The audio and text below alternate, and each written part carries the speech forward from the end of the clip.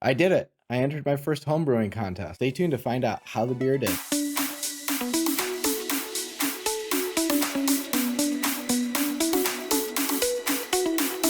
Okay, so the competition that I entered is called the IPA Classic, put on by Rip Beer Company and the OC Matchups. This is an IPA only contest. Problem is, I didn't have time to enter an IPA. So I actually entered a dry hop Saison as a Belgian IPA. I know a lot of us in the homebrewing community kind of talks about how there's so many different styles now and all the styles kind of blend together. I just wanted to enter a beer that wouldn't normally fit into that category and just see how it did. It's not obviously the exact same thing, and if I were to make a Belgian IPA, I would definitely use a little bit of different ingredients. So I actually made a whole video about Saisons and the Saison style. You can catch that probably up in this corner or up in this corner. I want to discuss some of the choices that I made for the recipe. Okay, so about some of my choices for the recipe. So first thing to remember is I made this recipe with the intention of it being a dry hop Saison and not necessarily a Belgian IPA. So it's got the very traditional Saison ingredients to it. It's about 70% Belgian Pilsner malt, 25% wheat malt, 3% aromatic malt. So I just wanted to stick with those traditional malts. When I made it, this is a relatively high percentage of wheat malt, but kind of like that in the Saison. My intention was to make like a lemony floral Saison. So the two hops I went with were Loral and Sorachi Ace. So I've used Loral in other beers before, including Saisons, and it has really good lemon and floral notes to it. It is called Loral after all. I've had success with Loral in the past, so I wanted to give it another try, and I thought it'd be a good fit for this. And then the other hop I went with was Sorachi Ace. And the main reason why I decided to use Sorachi Ace is A, it's lemony, and B, I've never used Sorachi Ace in anything before. And I know there's a very famous Saison by Brooklyn Brewery called Sorachi Ace, which showcases that hop. So I figured, give it a try. I know that the hop can have some weird characteristics that people have mentioned before, like dill and some other couple of things. But I thought even if it had some of those weird flavors in it, it might pair well with the Saison yeast and some of those peppery notes and some of the other things that the Saison yeast brings. There'll be a link to the recipe in the description down below. It'll be linked to my Brewer's Friend account, and you can check out the recipe in detail there. For yeast, I chose Saisonstein's Monster from Omega Labs, and this is a hybrid of the French Saison yeast and the Belgian, or I should say more specifically, the DuPont Saison yeast strain. I've always used the French Saison strain in the past, and I really like that strain. It's super reliable fermenter, has great attenuation. So I really like those characteristics of it. I also like the DuPont Saison yeast with the other beers that I've had made with it. Obviously, Saison DuPont is made with it. Saisonstein's Monster is supposed to have the characteristics of both the French Saison yeast and the DuPont strain. So it's supposed to not get stuck in fermentation like the DuPont strain is notorious for. So that's the real reason why I went with Saisonstein's Monster, and it's the first time I've used it, and we'll see how it turns out. For the water profile, I just went with something that's similar to Saison DuPont and some of the other famous breweries that are in Belgium that are known for brewing Saison. So just something in that area, and that's really why I made that decision. For fermentation temperature, I shot for 75 degrees, and then we put the dry hop in. I reduced it down to 71 degrees. I probably could have dropped it a little bit further than that even, but I just wanted to make sure that it fermented all the way out and got any potential diacetyl out of there. So I really don't think it was an issue. We're going to get into the score sheets from the competition to see how I did and how it turned out. But before that, I got some advice. I actually went to the AHA forums and asked, should I even enter the beer? About half of the people said, give it a try, no big deal. The other half said, drink it, try it first, see if it passes for a Belgian IPA. Well, I didn't really have time to wait. I had to enter the competition before the beer was done in order to make the determination. So it only cost $10, so I figured, what the heck, give it a try. So as part of that advice that people had posted is they said, save one of the bottles of beer when you bottle the other beers to turn in.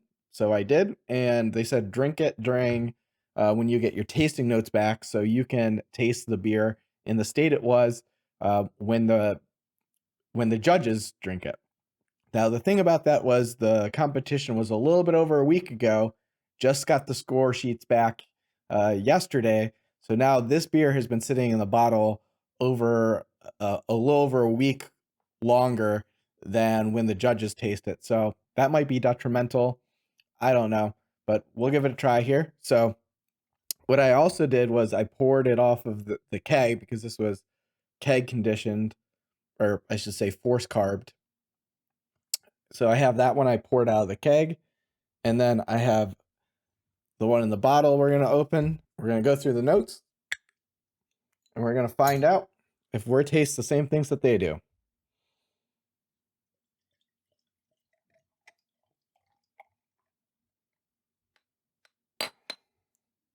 So we got our 2 Windsor homebrew glasses. The one with the B is for the bottled one. The one without the B is the one that is on draft.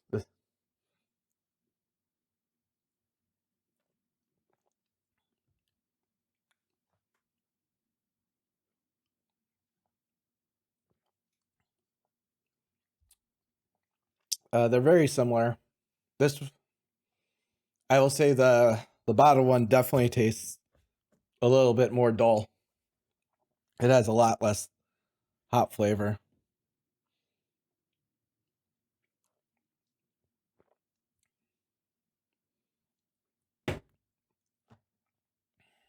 Yeah, it's definitely, the bottled one's definitely more boring.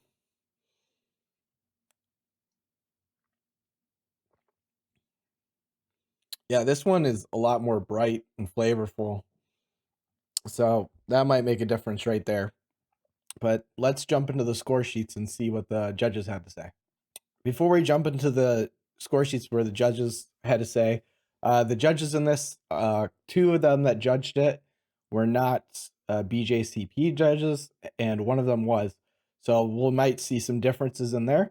Regardless, these people are volunteering for this, so I appreciate their input regardless of what it is.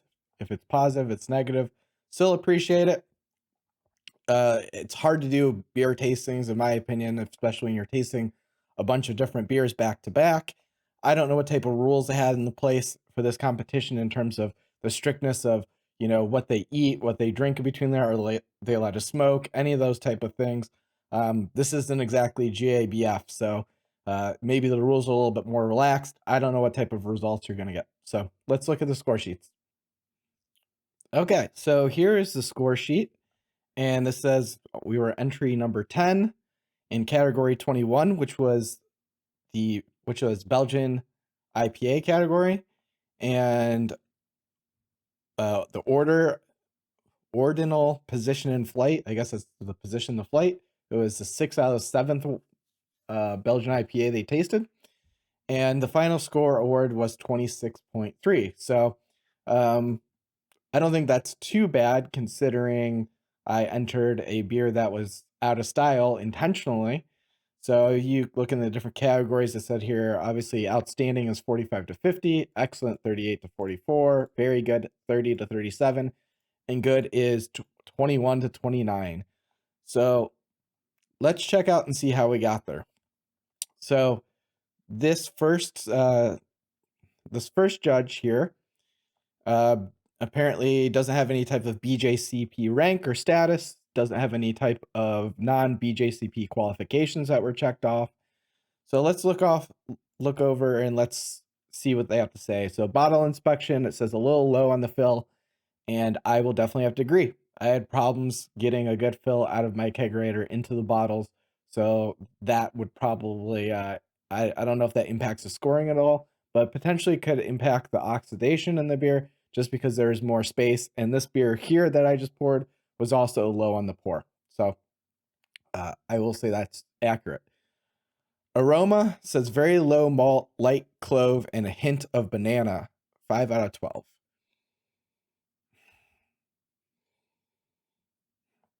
Yeah, I'd say that's pretty accurate. You don't get a lot of malt out of it. Maybe maybe clove, but definitely like maybe a tiny banana bread hit to it. How does that compare to the one that on draft? The aroma's pretty similar on both of them. So I don't think that bottling it made a difference there. Appearance, dark golden with very hazy clarity, medium head retention with rocky head. So the head, we poured these probably about 5 minutes ago now. There's still a tiny bit of head there. So head retention's okay. Very dark golden. Yep, it's super hazy. There's 25% wheat in here. We didn't add any gelatin or any other type of findings to make it clear. Remember, our intention wasn't to try to make a Belgian IPA. So yeah, it's pretty hazy. Flavor, very low malt.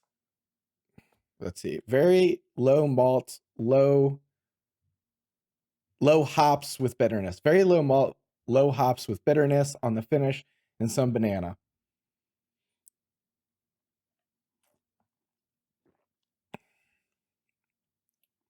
Yeah, some banana.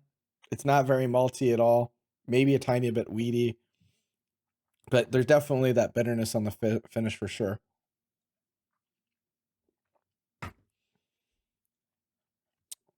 Mouthfeel, light body with some creaminess, finishing very dry. Yep. I mean, this is the hybrid of the French Saison yeast. Definitely has a little bit of creaminess to it, and it definitely finishes super dry. I think the final gravity on this beer was 0.001, so, or 1.001. So yes, this is a very dry beer. But it has that interesting creaminess that you get from like the French Saison yeast. Don't know what really creates it. I know you get it from French Saison yeast though. Overall impression, some Belgian flavors, but missing hops to take this to IPA. Possibly more hops after flame out or dry hops. Check firm temperatures and yeast selections to get more Belgian-y aroma and flavor. Well, there's a fair amount of hops in this. In terms of the dry hop, there's 3 ounces of hops, 1.5 ounces of Loral, and 1.5 ounces of Sorachi Ace. So that's a fair amount of hops. In the flame out hops or the whirlpool hops, let's see. The whirlpool hops, there was another 2 ounces. So 5 ounces is kind of a lot of hops. The Sorachi Ace hops were for a 2019 batch, so maybe they weren't quite as pungent. I'm pretty sure we got good extraction out of there. We did about a 30-minute whirlpool on that, and the bag that I used for the dry hop was pretty loose, so probably relatively good. But I agree, it's not like a super hoppy flavor aroma out of it, especially out of the bottled one.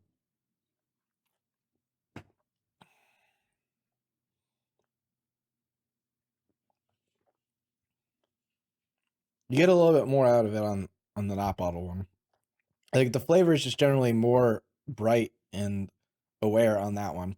So anyway, on the left-hand side here, in terms of descriptors, there was no flaws checked off. It said it was estery, which is definitely true.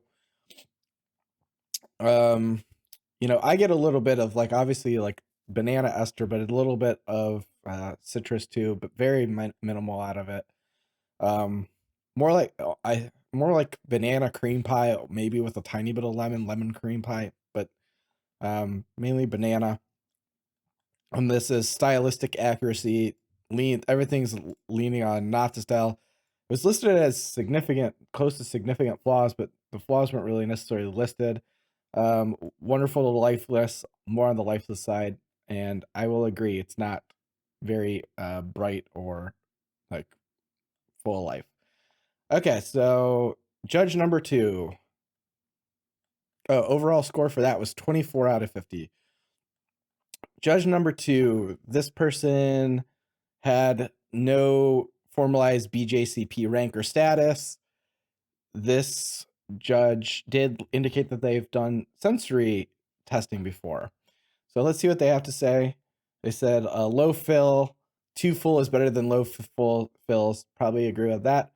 Aroma, brown sugar and fruit esters. Let's see if we can. I don't really get sugars, but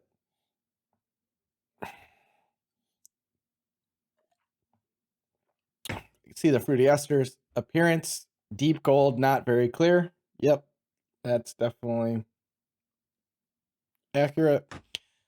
Sweet flavor, sweet spice, low hop flavor, bitterness on the end. Definitely, I think you get more of the yeast characteristic than the hop characteristic, which is kind of surprising based upon the 5 ounces of hops that were added in the whirlpool or in the dry hop, and additionally there was 10-minute additions as well, I believe, in the recipe. So fair amount of hops added. And maybe that's that Sorachi Ace. I don't know. Let's see here. It says mouthfeel, creamy mouthfeel with a little butteriness. And I will agree it's creamy mouthfeel, but I will disagree that it's buttery. But, you know, everyone's palate's different. But I definitely don't get a butterness. I get the creamy mouthfeel from like the French Saison yeast that I always get when making Saisons, but no like slick, fatty type of butteriness. Not oily or anything like that. Overall impression, not confident on what's going on here. It's not awful, but may have a couple of slight problems. If you aren't already using temperature control and do a diacetyl arrest. So I think this judge is really picking up what he perceives as diacetyl, which I don't think is accurate. I think it's the French Saison yeast slickness that he's getting, but the fermentation temperature was kept at 75 pretty much the entire time, and you shouldn't have to do a diacetyl rest really with you shouldn't really have to do a diacetyl rest with like a Saison yeast like that. And furthermore, after it was dry hopped, it was still at like 70 degrees for like 5 days or something like that. So there really shouldn't be any diacetyl in it, and the previous judge shouldn't pick it up, and you'll see the next judge didn't pick that up either. Other things were marked astringent. I will agree that there is definitely some astringency in the aftertaste because it is very, very dry, and it is somewhat bitter, relatively bitter, as like a lot of Saisons are. So I don't disagree with that. Acetaldehyde or whatever you pronounce it. Green apple, like aroma and flavor. I don't really get that. The other 2 judges didn't get that either. So, you know, I don't know what this person, maybe they did pick it up and I'm just missing it. But I don't get any green apple out of this at all. Let's see here. Their final marks was 25 out of 50. Okay. So, you know, somewhere more in the middle there. So let's go to the final judge. And the final judge is a BJCP certified judge. So I'll take probably a little bit more weight what this person has to say. Although it's, you know, whenever it comes to beer tasting, it's everyone's palates. And bottom line, if the people like the beer, they're going to score it high. So if they didn't really like the beer that well, or they didn't think it fits the style, then they're not going to mark it well. So let's see what he indicated here. So once again, bottle inspection, low fill. So we already went over that. Aroma, spicy clove, some fruity banana, bready malt. And yeah, I mean, I think that's what the wheat bread or the wheat really gives you, is more of that like bready. And you definitely get some of that fruity banana. I fermented this relatively high temperature, not super high, 75. Could have probably pushed it up a little bit higher, even maybe closer to 80. Let's see here. Appearance, hazy, light golden color. Yep. With good head retention. There's still a little bit of head on this, even though I poured it a while ago. So seems good. Flavor, light fruity banana bread, low spice, medium low bitterness, some oxidation, dullness, off dry finish with astringency. So I think that is true. I definitely think there's some oxidation going on here. I don't know if that has to do with the bottling or the process, but there is definitely some difference between the bottle and the keg beer. Like, I wouldn't say it's like night and day, but it's pretty obvious. So I think that's some of it. This beer was not, I pressure ferment most of my beers, but this one I did not pressure ferment because I wanted to really let those esters run on this. However, I did, once I put in the dry hop, I did pressure it at that point. I purged it with CO2 and then I pressurized it, and I did a pressurized transfer into the keg. So the chances of there being a lot of oxidation in between, the act of fermentation into the dry hop, probably not very high. I'd say the oxidation most likely is going to come from bottle, but I'll watch out for it more. I might just do a complete pressurized fermentation next time. We'll have to see.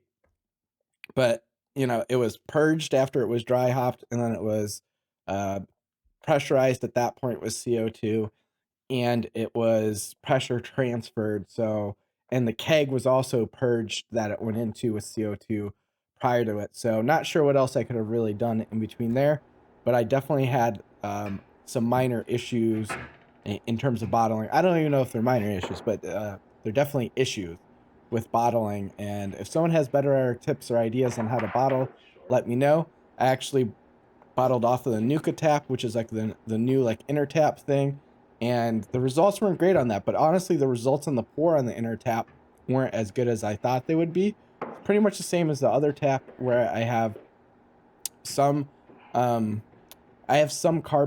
pouring issues on it. Probably more on this one because I kicked up the fermentation, or I kicked up the CO2 more in order to carbonate this beer closer to what the Saison styles are. Saison styles are usually very, very carbonated. So maybe I overcarbed this beer a little bit, but it doesn't, there's no notes of overcarbing, just it's noticeable when pouring. So stay tuned. I'll do a Nuka Tap review once I get some other beers through it and stuff, and we'll see how that goes. Okay. Let's see here. Flavor, mouthfeel, medium body, medium full carbonation, light warming and astringency. And yeah, I agree. There's some of that astringency, and you're gonna get a decent amount of body with the wheat. And his overall impression has the fruity banana bready component, has some oxidation and some astringency aspects that leave a finish that is a bit harsh. So, okay, I get that. And he marked off astringent and oxidized as two of the descriptor definitions, which I'm going to have to agree with them. It's a very dry beer that has some bitterness to it. The astringency, I don't know what I could really do to reduce that. So if anyone has any comments about that, but maybe that goes along with being oxidized, I don't really know. But I definitely think there's some oxidation happening there when it comes to bottling, especially with the underfilling. So we made it through here. So he scored it overall 30 out of 50. So, I don't feel too terrible about it. I would love to come back and say it scored a lot higher, but you know what? I brewed a Saison. I entered it as a Belgian IPA, and this is what we got. And to be honest, this is not my favorite Saison I have brewed. I've brewed a bunch of dry hop Saisons, and I've actually liked a lot of the other ones better. And it might have to do with the Sorachi Ace hop, too. The grain bill that I used on this is pretty similar to a lot of the other grain bills and water profiles that I've used in previous Saisons. The yeast was different. That's another factor, is I did use the Saisonstein yeast. I have more Saisonstein yeast, though. So I'll give that a try in some future beers as well. But I might not do Sorachi Ace as the hop. I've used Loral before in combination with Mosaic, and that was really good. I've done tropical Saisons with like Sabro and Citra and a few other hops, and those have turned out well. I've done more traditional Saisons with like Saaz hops or EKGs or Styrian Goldings. Those are vastly different, but the couple of things that I note on this one that are a lot different than what I've done in the past is Sorachi Ace new hop, Saisonstein new yeast, and then bottling. But anyone else has any tips? I'm open to listening to those. To wrap up, I want to thank all the organizers, the judges, and the other staff that helped put on the homebrewing competition. This type of stuff pushes homebrewing further, gives us good feedback, and gives us a little bit of a drive to do better. I want to thank everyone for watching this video. If you like content like this, please like and subscribe for future content so you don't miss out. I also want to give a shout out to Windsor Homebrew Supply, or a local homebrew supply store here. See you guys next time.